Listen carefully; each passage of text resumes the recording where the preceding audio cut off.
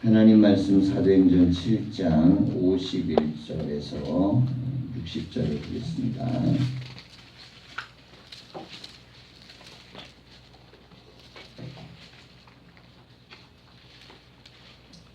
기도하겠습니다. 목이 곧고 마음과 귀에 할례를 받지 못한 사람들아, 너희도 너희 조상과 같이 항상 성령을 거스르는도다. 너희 조상들이 선지자들 중에 누구를 박해하지 아니하느냐. 의인이 오시리라 예고한 자들을 그들이 죽였고, 이제 너희는 그 의인을 잡아준 자요 사기한 자가 되나니. 너희는 천사가 전한 율법을 받고도 지키지 아니하였도다 하니라. 그들이 이 말을 듣고 마음에 찔려 그를 향하여 이를 발거늘.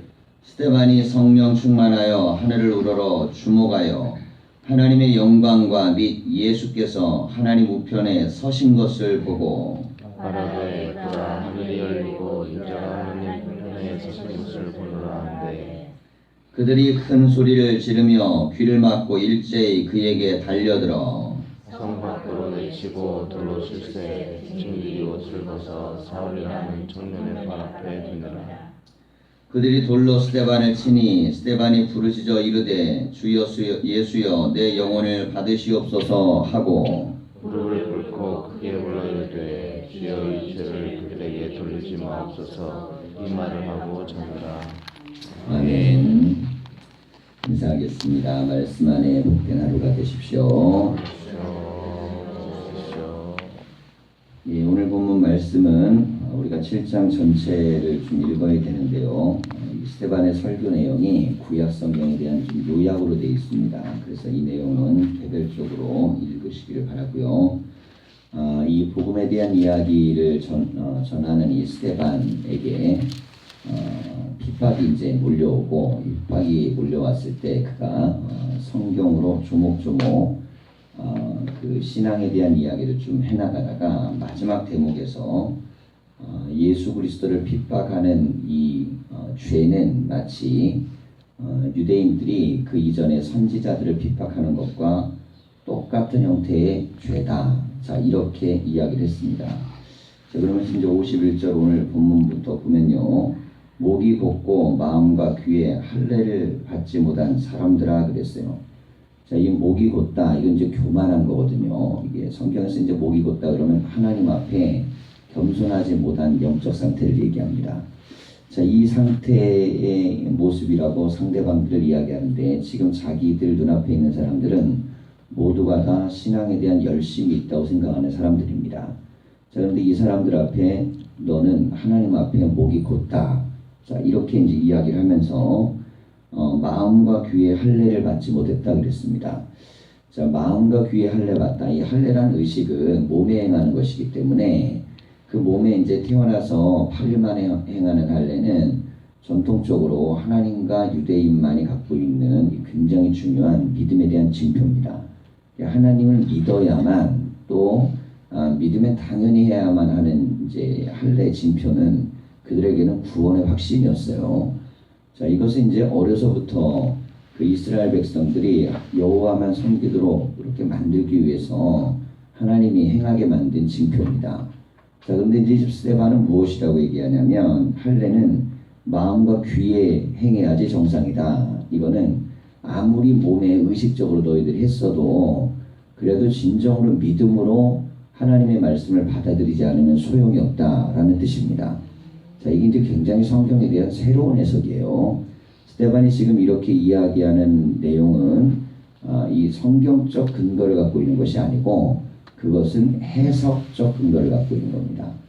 성경이 무슨 뭐 구절에 이런 내용이 있는 게 아니에요. 뭐 마음의 할례를 받아라, 뭐 귀의 할례를, 이게 아니고 아무리 겉으로 할례를 행했어도 진실로 그 마음에 그리고 말씀을 듣는 것에서 열려 있지 않으면 소용이 없다는 겁니다. 자, 우리가 이제 잠언 말씀을 보다 보면요, 하나님의 말씀을 듣지 않는 기도는 가증하다 그랬습니다. 자, 이게 굉장히 중요한 메시지인데요. 그러니까 말씀을 드러내지 못하는데 기도를 열심히 해요. 근데 이걸 그냥 뭐 그럴 수 있잖아요. 말씀은 못 들어도 기도는 열심히 한다. 뭐 이렇게 표현하면 좋잖아요. 근데 그렇게 안 하고 그건 가증하다고 합니다. 자, 그러니까 우리가 이 기독교 신앙, 이제 뿐만 아니라 이게 구약성경 전체적인 신앙의 핵심은 말씀을 듣는 사람의 기도가 이루어집니다. 자, 이 원리는 굉장히 중요한 성경적 원리입니다. 자, 듣지 않고 바람만 있는 것은 위험할 수 있어요. 자, 이게 이제 태초에 인간이 왜 타락을 했느냐? 듣지 않고 소망만 이루어지기를 원했기 때문입니다. 자, 이게 죄의 핵심이에요. 하나님의 말씀을 듣지 않죠. 거부해버렸습니다. 그러면서 자기가 원하는 걸 이루기를 원했어요. 그랬더니 선악과가 그 순간에 먹음직도 하고 보암직도 하고 이렇게 보인 겁니다. 자, 그러니까 우리가 게다가 여기 지혜롭게 할 만도 하고 이렇게 보였어요. 자, 말씀은 내가 거부해버렸는데 그런데 내가 원하는 소망은 강렬해졌습니다. 자, 그러니까 우리가 기도라는 게요, 소망이 간절해지는 게 기도가 아니에요. 기독교의 이 신앙 고백에서 기도는 내가 원하는 게 간절해지는 게 아니고 하나님의 뜻이 내 안에서 간절해지는 것입니다. 자, 이 하나님의 뜻이 내 안에 간절해지는 것을 하는 것, 이게 성경적 기도인데 이걸 헷갈리게 만들어요. 어떻게 헷갈리게 만드냐면 그냥 간절히 내가 원하는 걸 기도하면 이게 기도라는 식으로 계속 훈련을 받아가지고, 그런데 사실 그렇게 가르치는 목사들은 없습니다. 반드시 말씀에 기반해서 기도해라 이렇게 가르치거든요. 그런데 대부분 사람들은요, 이게 앞에 부분은 좀 별로 이렇게 중요시 안 여기고 간절히 기도해야지 여기에만 방점을 찍어요. 근데 간절한 기도도 하나님의 말씀에 어긋나거나 불순종하면서 하는 것은 가증한 것입니다. 자, 그런데 우리에게 뭐가 더 먼저 있냐면 귀가 열리는 것이 먼저입니다. 귀가 열리고 이 귀가 열려진 상태에서 은혜가 되고 그러면 내 신음소리도 하나님은 들으세요. 자, 이제 다윗의 기도를 보면요, 다윗이 막 신음하고 탄식하는 기도들이 많거든요. 근데 다윗의 기도는 대부분 여호와께 자기를 의존하고 의탁하는 믿음에 기반하고 있습니다. 그리고 하나님의 말씀을 음성을 들으려고 부단히 노력을 해요. 주의 음성이 들리면 기도는 그냥 내 마음 상한 심령 자체가 하나님 앞에 기도가 됩니다. 자, 그래서 말씀을 듣도록 하는 것이 은혜인데 이게 지금 여기 있는 사람들은 들리지가 않는다는 거예요. 자, 그러면서 너희도 너희 조상과 같이 항상 성령을 거스리는도다 그랬어요. 당연하죠. 말씀이 들리지 않는데 성령에 순종할 수가 없습니다. 성령이란 하나님의 영인데 하나님의 영은 말씀으로 우리 가운데 오시잖아요. 말씀이 우리 가운데 안 들리는데 어떻게 성령을 순종할 수 있겠습니까? 그러니까 성령에 순종하려면 당연히 말씀에 순종해야 되는데 말씀에 순종하려면 말씀에 들려짐의 은혜가 있어야 됩니다. 자, 이게 들려지는 은혜가 강한 사람과 약한 사람의 차이가 뭐냐? 들려짐의 은혜가 강한 사람은요, 그가 행하는 모든 길이 아주 명쾌합니다. 그리고 그의 이 바라고 소망하는 모든 것들을 하나님께서 살피시고 인도하시지만은 들리는 은혜가 약한 사람, 이게 들리는 은혜가 약하다는 건 뭐 다른 게 아니에요. 말씀을 듣는데 이게 받아들여지질 않는 거예요. 막 부딪히는 겁니다, 내 안에서. 이게 뭐하고 부딪히냐? 대부분 내 생각과 부딪힙니다. 근데 이게 내 생각과 부딪히는데 생각이 대부분 또 나름대로 논리적이에요. 제가 요즘 논리 합리 많이 얘기하죠. 그리고 또 합리적입니다. 내 생각이 논리도 있고 합리적인데 말씀과 부딪혀요. 그럼 뭐가 부딪히는 겁니까? 결론은 영이 부딪히는 겁니다. 영이 부딪히면 아무리 논리적이고 합리적이어도 그건 마귀의 역사입니다. 여러분, 우리 신화 속에 아무리 내 생각이 논리적이고 합리적이어도 그것이 하나님의 말씀과 일치할 때 그게 은혜로운 것이지, 이게 거스르거나 반역하고 폐역하는 것은 그것은 하나님의 뜻에 어긋나는 것입니다. 자, 그래서 시험에 드는 말씀, 자, 시험에 드는 말씀이라는 건 다른 것이 아닙니다. 하나님의 말씀인데 이게 나하고는 안 맞아요. 자, 그럼 시험에 들겠죠. 근데 그걸 잘 들여다봐야 돼요. 그 시험의 원인이 정말 말씀이 잘못 전해져서 그런 건지, 아니면 그 말씀이 나의 무엇인가를 건드렸는데 이게 내가 수용할 수 없는 것인지, 자, 이 대목을 잘 분별해내는 게 영의 분별력입니다. 그래서 말씀이 나로 하여금 나를 변화시키고 새로운 능력을 줘야 되는데, 자, 우리가 성경을 이렇게 말씀하죠. 하나님의 모든 성경은 하나님의 감동으로 된 것입니다. 그래서 교훈과 책망과 바르게 함과 의로 교육하기에 유익하니 그랬어요. 이게 뭐가 들어가면 책망이 들어갑니다. 자, 교훈도 좋은 것이요, 바르게 유익한 것도 다 좋은 건데 문제는 책망이 들어올 때 이게 받아들이기가 어려워요. 사람 누구나 칭찬 듣고 싶지 책만 듣고 싶은 사람이 어디 있습니까? 근데 책망이 들어와서 이것이 나에게 거스러지고 막 거칠게 반응해지면 그러면 이게 내 은혜가 안 되어버리면 이게 미끄러집니다. 근데 반면에 책망이 들어와서 나에게 막 회개거리가 되고 그걸 통해 갖고 내가 이거 하나님이 나에게 주신 말씀이구나. 자, 이게 은혜 받는 첫 번째 증상 중에 하나가 뭐냐면 책망이 나에게 달게 느껴지는 거예요. 참 이상한 현상입니다. 이게 뭐 설교를 듣다 보면 어떤 분들은 이게 다 나에게 하는 것 같고 막 정말 막 회개를 일으키는 것 같고 막 내 마음에 찔림이 있고 변화가 된다 막 이런데 되게 즐거워해요. 기뻐합니다. 자, 그럼 이게 귀가 지금 열리고 있는 것이에요. 근데 귀가 열리는 사람에게는 반드시 기도문이 열리게 되어 있습니다. 그런데 기도문이 열리기 시작하면 그때부터 성령이 강하게 역사하는데 지금 이 사도들과 제자들은요 모두가 다 이 과정을 거친 사람들입니다. 그들도 예전에 귀가 막혔던 사람들이에요. 자, 우리가 이제 예수님의 부활 이전의 제자들을 보면 십자가 부활을 여러 번 이야기했지만 그들이 그걸 듣지를 못했습니다. 귀로는 들었는데 이 마음이 이걸 받아들이지를 못해요. 그래서 하물며 예수님이 부활하셨다는 소식을 듣고도 믿지 않습니다. 자, 근데 나중에 그들이 부활에 대한 믿음이 생기고 나서는 예수님이 하신 모든 말씀을 예수님이 없는 상태에서도 믿습니다. 자, 이게 승천하신 이후에도 제자들이 믿음을 가질 수 있었던 이유는 그들 가운데 이제 귀가 열렸기 때문이에요. 자, 이게 신앙생활에서 귀만 터져도 그래도 그 영혼과 신앙은요 놀라운 변화들이 있습니다. 그래서 마귀가 부리는 굉장히 중요한 이 씨앗은 뭐냐면 듣기를 곤란하게 만드는 거예요. 듣는 능력을 약화시키거나 혹은 들을 때 그것을 받아들이지 못하거나. 근데 이게 시험에 빠지기 가장 쉬운 사람이 누구냐면요 신앙생활을 처음 한 사람들이 아니고 신앙생활을 오래 한 사람들입니다. 자, 신앙생활을 처음 한 사람들은 몰라서 못 알아들어요. 뭐 예를 들면 성경의 본문을 얘기하다 보면 이게 무슨 말인지 어렵다, 못 알아듣겠다, 저게 지금 내 생활과 어떻게 돼, 이게 못 알아듣습니다. 이게 본문 자체가 어려울 때는. 근데 신앙생활을 오래 한 분들은요 본문이 너무 쉽습니다.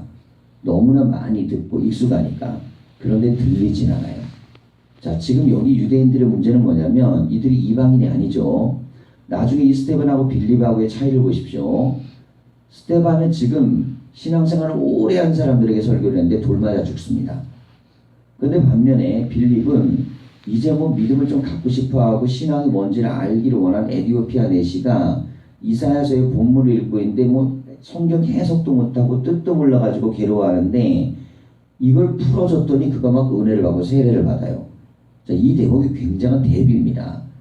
그러니까 처음 믿음 생활한 사람은 막 귀가 열려갖고 은혜 받고 세례를 받는데 신앙생활을 오래 한 사람은 그 자기에게 던져지는 말하고 부딪히니까 막 이를 갈면서 결국엔 돌멩이 던져 스데반을 죽입니다.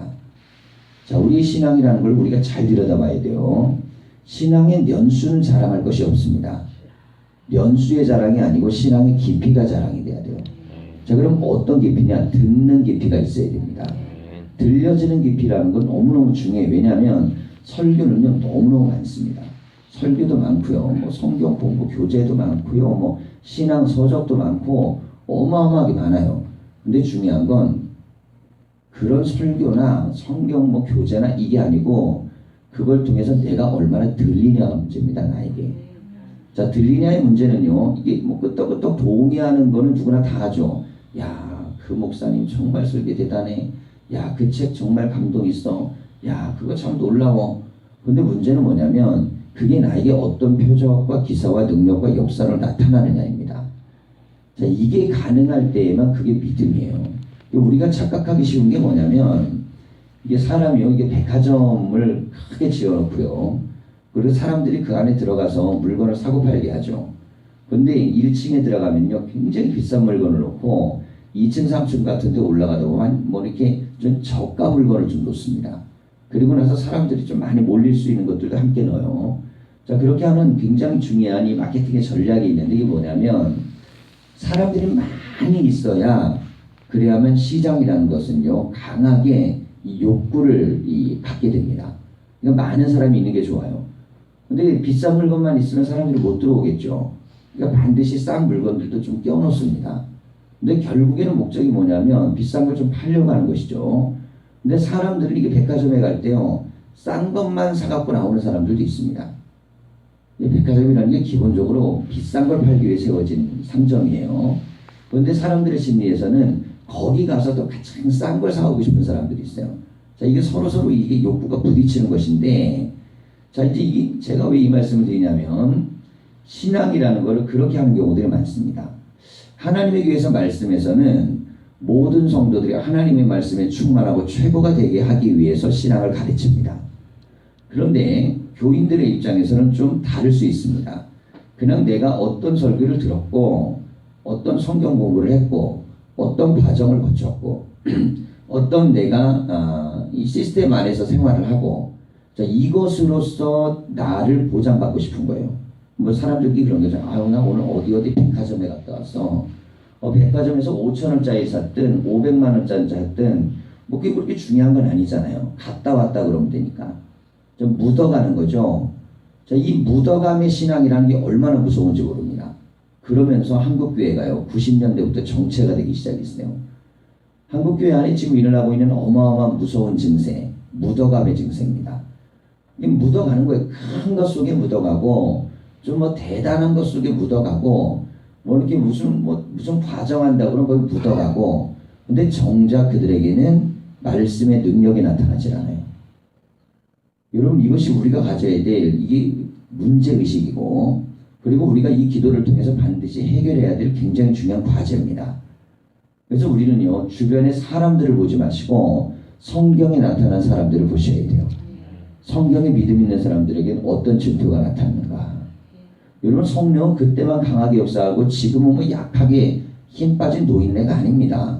하나님의 영은 언제나 현재나 살아계셔서 동일하신 거예요.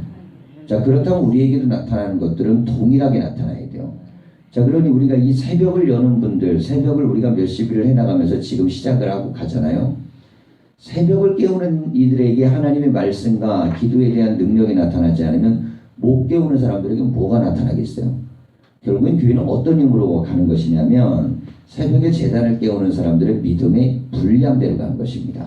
어느 교회를 가든 간에 그 교회에서 모여서 기도하는 사람들의 믿음의 증표가 어떠냐 그러면 그 교회를 알 수 있어요. 아, 저 사람이 그래도 저 교회에서 기도하는 사람이구나. 근데 봤더니 삶의 믿음의 증거가 어느 정도다. 그럼 그 교회는 딱 측량되는 거예요. 저 사람이 뭐 적어도 어느 정도 기도하는 사람인데 입에서 나오는 말이 얼마나 정말 하나님에 대한 믿음의 고백이 있고 삶에 대해서 하나님의 확신 저 안에 담겨져 있는가, 그걸 보면 그 교회입니다.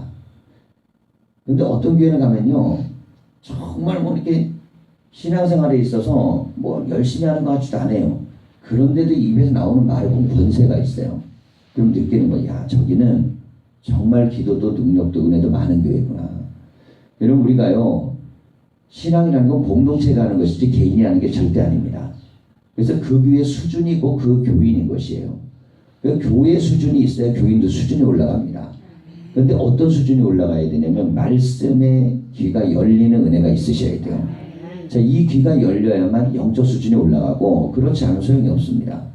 그러니까 이런 말들을 지금 하니까 막 견딜 수가 없는 거예요. 그래갖고 어떻게 했냐면 그들이 결국 스데반에 대한 막 분노가 강해지는데, 자, 55절 이제 이하 쭉 읽어 나가다 보면요, 스데반이 성령 충만하여 자기는 지금 막 하나님에 충만했어요. 하늘을 우러러 주목하여 하나님의 영광과 및 예수께서 하나님 우편에 서신 것을 보고, 이 수많은 사람 중에 오직 한 사람만 하늘이 열린 겁니다. 똑같이 성경을 지금 스데반은 얘기했고 나머지는 성경 말씀을 들었거든요. 그런데 한 사람은 하늘이 열리는 경험을 해요. 말씀을 선포만 했는데도. 그리고 나서 하나님의 영광과 빛나는 것도 경험하고 예수께서 보좌 우편에 서신 것. 자, 이것을 봅니다. 말하되 보라, 하늘이 열리고 인자가 하나님 우편에 서신 것을 보노라. 영적인 눈이 그 시간 열린 거죠. 그러니까 지금 이 자리에서 만약에 어떤 한 사람이 일어나서 그런 얘기하면 저 사람은 저거 진짜야 가짜야 뭐 그러지 않겠어요? 근데 믿는 사람끼리도 그런데 지금 막 적대자가 그러고 있으니까 미친놈 같았겠죠. 이거 미쳤구나 완전히. 자기들이 전부 다 이 성전을 맡고 있는 사람들이고 성경을 이때까지 많이 읽었던 사람들이고 아 대단하다고 생각하는데 별것도 아닌 그것도 유대 땅에서 있었던 사람도 아니고 예? 외국에서 헬라 지역에서 살았던 이 사람이 들어와 가지고 지금 이 헬라파 유대인이잖아요. 막 성경을 풀어헤치고 이러면서 미친 소리를 하는 거예요. 자, 이렇게 됐을 때 그들이 큰 소리를 지르며 귀를 막고 그랬습니다. 자, 보세요. 하나님의 말씀에 은혜가 안 되면요, 미쳐버리는 거예요. 여러분, 내가 은혜가 내 영적 상태를 보시려면 그냥 되게 쉬워요. 하나님 말씀이 들릴 때 막 듣기 싫고 괴롭고 그러면 그건 영적 상태가 안 좋은 거예요. 그런데 말씀이 아무리 거칠어도 그게 나에게 은혜가 되고 그게 나에게 약이 되고 그게 나에게 막 정말 나를 정말 하나님 앞에 가까이 가는 말씀이 이렇게 들리기 시작하면 그 사람에게는 영적인 역사들이 일어납니다. 자, 베드로가 설교할 때 똑같은 현상이 있었어요. 찔림이 있었습니다. 근데 베드로가 설교할 때 그 회중들은 찔림으로 회개를 했어요. 3,000명이나 회개하죠. 근데 스데반이 얘기할 때도 찔려요, 지금. 근데 찔리는데 죽이고 싶어요. 야, 이게 똑같이 하나님 말씀 전하는데 어떤 건 찔리고 회개하고 어떤 건 찔리고 죽이고 싶은 거예요. 이런 마음이 막 일어났습니다. 자, 그러면서 그들이 일제히 그에게 달려들어 성 밖으로 내치고, 자, 일제히 달려들어갖고 스데반을 갖다 성 밖으로 막 들어서 내쳐버렸습니다. 자, 돌로 칠세. 자, 돌로 치기 시작하는 거예요. 얼마나 고통스럽겠습니까? 스데반에 돌 맞아 죽을 때. 자, 이 돌에 맞아 죽으며 청년들이 옷을 벗어 증인들이 옷을 벗어 사울이라 하는 청년의 발 앞에 두니라. 이게 사울이라는 사람이 얼마나 영향력 있는 사람인지 알 수 있어요. 이 많은 사람들 중에 가장 강성이 누구냐면 사울이었습니다.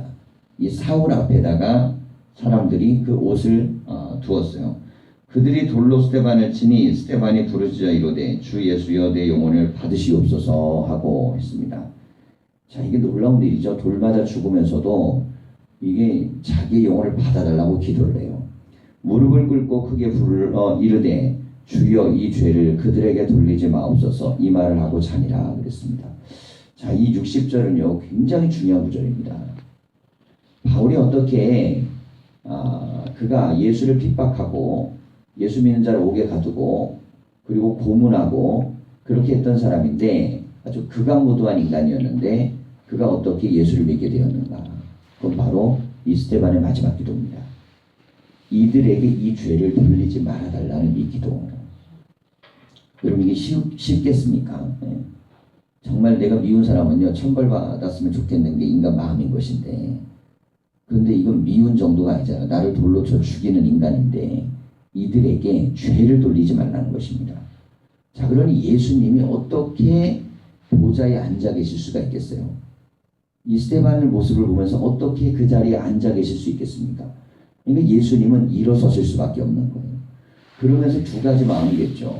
예수를 핍박하는 자에 대한 분노, 이 거룩한 하나님의 심판의 분노가 일어나겠지만 스데반의 그 기도는 또 결국 예수 그리스도가 그들의 죄를 사하시고 그들을 구원하시는 은총을 베푸는 능력이 됩니다. 자, 결국은요 우리가 이 대목을 잘 보셔야 돼요. 구원은 단순히 예수 그리스도의 은혜로만 받는 것이 아닙니다. 그의 은혜를 믿었던 사람들이 복음을 전해줬기 때문에 우리가 구원을 받는 것이에요. 전하는 자가 없이 어떻게 구원을 받습니까? 자, 우리가 로마서 말씀 보면요 전하는 자의 발을 아름다운 발 그랬어요. 아름다운 소식을 전하는 자의 발이요. 그러니까 아름다운 소식을 누군가 전해준 거예요. 자, 오늘 우리가 이 자리에 앉아 있을 수 있는 것은 누군가가 나에게 복음을 전했고 그 누군가 또 누구에게 들었습니다. 그 누구가 누구겠어요? 이게 바로 베드로고 스데반입니다. 그들이 첫 번째 설교자들이에요. 그런데 베드로는 복음을 전하다 옥에 갇혔고 스데반은 복음을 전하다 돌에 맞아 죽었습니다. 그래서 오늘 우리는 2000년이 지나 누군가가 전한 것 때문에 여기 있어요. 바울이 이방인에게 복음을 전해서 오늘날 우리에게 기독교가 왔습니다. 근데 이 바울에게 복음을 전한 건 돌 맞아 죽은 스데반이에요.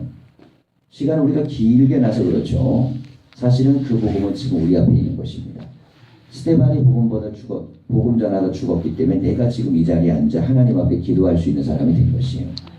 그러니까 나에게 복음 전한 사람도 결국에는 스데반에게 복음을 들은 것입니다. 바울을 통해 복음이 전해졌기 때문에. 자, 그러면 우리는요 내가 지금 여기서 믿음 생활하는 것은 누군가가 돌마다 죽으면서까지 내 영혼을 살리기를 위해서 눈물을 흘려 기도했던 그 마지막 기도가 이루어진 것입니다. 그래서 여기 있어요. 그럼 우리는 어떻게 살아야 될까요?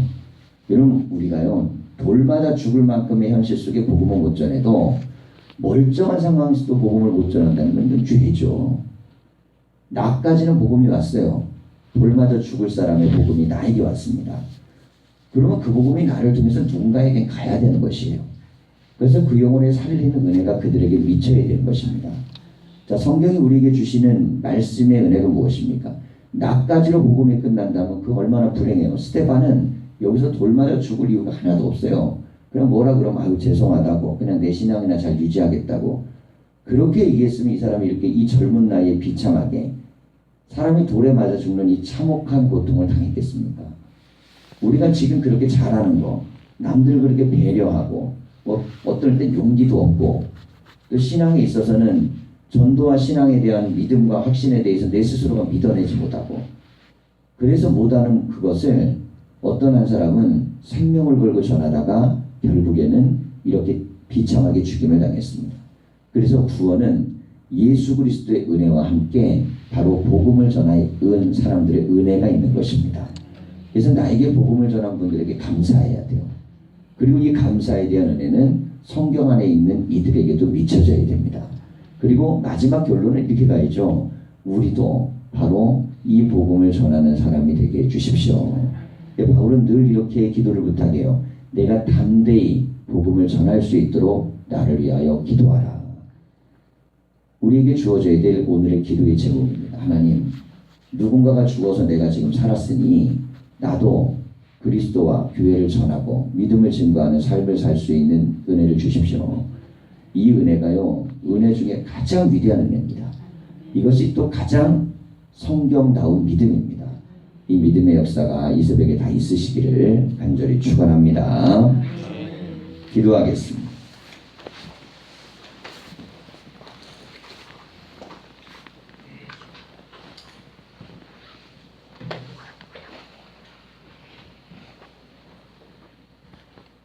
살아계신 하나님, 누군가는 우리를 위해 죽었습니다. 하나님의 뜻을 이루고 복음을 증거하고 영혼을 살리기 위해 한 사람이라도 더 살려내기에 구원하기 위해 죽었습니다. 그들이 그냥 교회에서 자기 일만 감당하고 자기 목만 감당하고 바쁘고 분주하게 살았어도 그들은 그런 죽임을 당하지 않았을 것입니다. 하지만 그들은 견딜 수 없는 복음에 대한 증거에 대한 사명과 불길이 타올라 하나님 교회 밖으로 뛰어나가 복음의 말씀을 증거하다가 결국은 돌에 맞아 죽었습니다. 그리고 그 죽음은 지금 우리 앞에 믿음으로 하나님 앞에 서 있는 우리가 되었습니다. 하나님, 스데반이 죽었지만 미랄이 되었고 그 미랄은 씨앗이 되어서 우리의 영혼과 생명을 살리는 은혜의 말씀과 구원의 능력이 되었습니다. 하나님, 우리에게 주어진 이 복음의 은혜를 우리도 베풀고 증거하는 용기와 믿음의 삶을 허락하여 주시옵소서. 하나님, 성도들이 교회 안에만 머물지 아니하게 하시고 우리의 일에 만족하며 이것이 하나님을 위하여 하는 모든 것이라고 하나님, 우리가 그렇게 우리를 스스로 하나님 해석하지 아니하게 하여 주시옵소서. 마땅히 교회에게 주어진 영적인 사명들을 깨달아 알게 하여 주시고 우리는 복음을 들고 세상을 향하여 하나님 나아갈 수 있는 은혜를 주시고 우리에게 그 은혜를 주셔서 기도의 은혜로 성령을 체험하게 하여 주시옵소서. 전하게 하는 성령, 복음을 증거하게 하는 성령, 하나님 제자들이 경험했던 그 성령들을 우리가 체험하게 하여 주시고 스데반이 경험했던 그 성령을 우리가 체험하게 하여 주시옵소서. 그리하여 교회 안에 영혼을 살리고자 하는 열정들과 은혜가 일어나게 하여 주시고 우리를 그 모든 은혜로부터 가로막고 묶어버리는 마귀의 괴계를 무너뜨리게 하여 주시고 악한 것들을 깨뜨려 나갈 수 있도록 인도하여 주시옵소서. 기도할 때 기도의 문들을 열어주시고 성령께서 우리에게 은혜를 더하여 주셔서 우리가 복음 들고 나갈 때 하나님의 영이 우리 입술을 주관하여 주시며 우리 가운데 발걸음을 주관하여 주시며 우리의 생명을 주관하여 주시옵소서. 하나님, 신앙생활을 오래 했지만 그들은 스데반을 돌로 쳐 죽였습니다. 하지만 처음 믿었던 아버지 하나님 에디오피아 내시는 한 국가를 바꾸는 위대한 믿음의 사람으로 변화가 되었습니다. 우리가 신앙의 면수나 직분을 자랑하지 아니하게 하여 주시고 우리가 어떤 영혼 한 명이라도 살린 경험이 있는지를 들여다보게 하셔서 우리가 복음의 능력이 내 안에 역사하는지 복음의 말씀이 세상을 살리는 능력이 되는지 우리를 영적으로 관찰하고 또한 성찰하고 또한 회개하며 하나님 앞에 우리가 나아갈 이 40일이 되게 하여 주시옵소서. 그리하여 은혜교회가 이 40일을 마쳐나가는 기간 동안 하나님의 영이 우리에게 십자가의 부활의 영으로 임하여 주시고 그 영의 능력으로 세상에 그리스도의 영을 전하는 능력 있는 교회가 되게 하여 주시옵소서. 귀한 물질을 드리며 기도하는 가정들마다 일일이 응답하여 주시고 역사하여 주시고 하나님의 뜻이 이루어질 수 있도록 인도하여 주시옵소서. 감사를 드리며 예수님의 이름으로 기도하였습니다. 아멘.